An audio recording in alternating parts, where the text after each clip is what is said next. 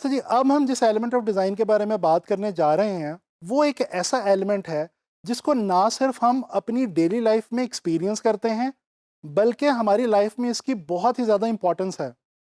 तो मैं बात कर रहा हूँ कलर के हवाले से, जो कि एलिमेंट ऑफ डिज़ाइन में 5th नंबर पे आता है। दोस्तों, हम सब लोगों को मालूम है कि कलर के बगैर हमारी ये जो दुनिया है, ये बिल्कुल बेमानी और फीकी सी है। इसी तरह से डिज़ाइन के अंदर भी कलर की बहुत ज़्यादा इंपॉर्टेंस है। ख़ास तौर पे ग्राफिक डिज़ाइन के बारे में यूँ मान लीजिए कि ग्राफिक डिज़ाइन कलर के बगैर बिल्कुल अधूरा यानी कि इनकम्प्लीट है। तो आइए जानने की कोशिश करते हैं कि कलर एक्चुअली क्या है और ये हमें किस तरह से नज़र आता है।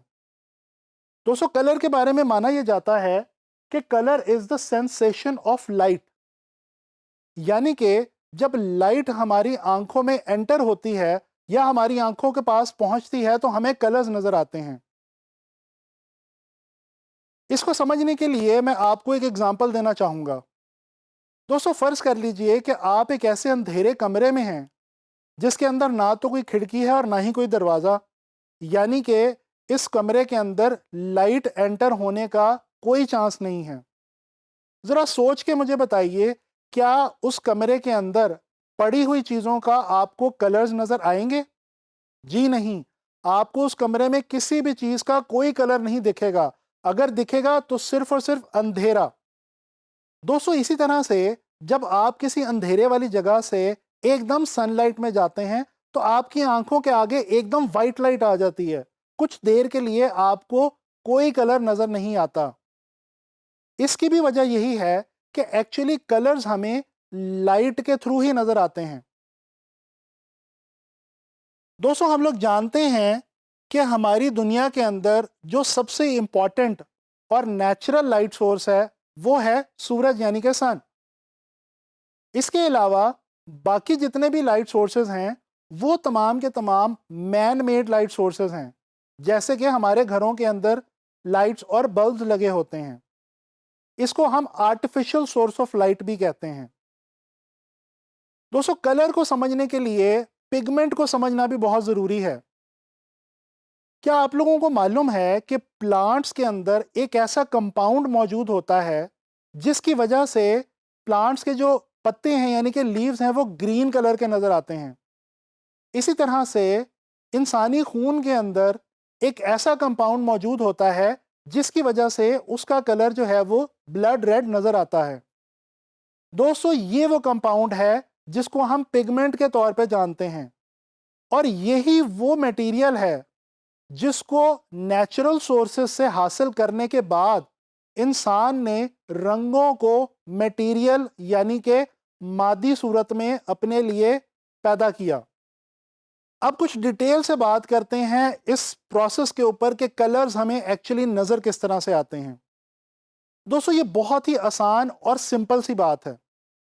देखें, होता बेसिकली ये है कि लाइट किसी भी लाइट सोर्स से निकलती है, जैसे कि सूरज या कोई भी और आर्टिफिशियल लाइट सोर्स, और उसके बाद किसी भी सरफेस के ऊपर, किसी सतह के ऊपर जाके टकराती है। उस सरफेस से लाइट की जो वेव्स हैं वो रिफ्लेक्ट होती हैं, और ये लाइट वेव्स हमारी आंखों में एंटर होती हैं। इस तरह से हमें कलर्स नज़र आते हैं। अच्छा, अब यहाँ पे एक बहुत इंटरेस्टिंग बात यह है कि हर सरफेस के अंदर कुछ खास कलर्स की लाइट वेव्स को एब्जॉर्ब या रिफ्लेक्ट करने की सलाहियत मौजूद होती है।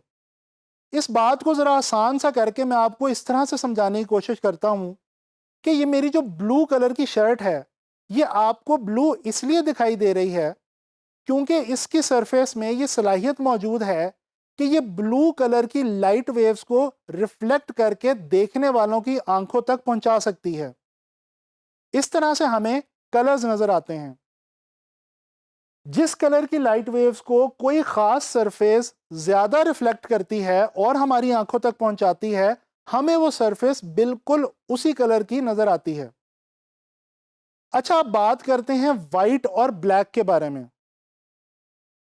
दोस्तों, जब कोई भी सरफेस तमाम लाइट वेव्स को रिफ्लेक्ट करके हमारी आंखों तक पहुंचाती है और हमारी आंखें उस पूरी लाइट को ऑब्जर्व करती हैं, सेंस करती हैं, तो हमें वाइट नजर आता है।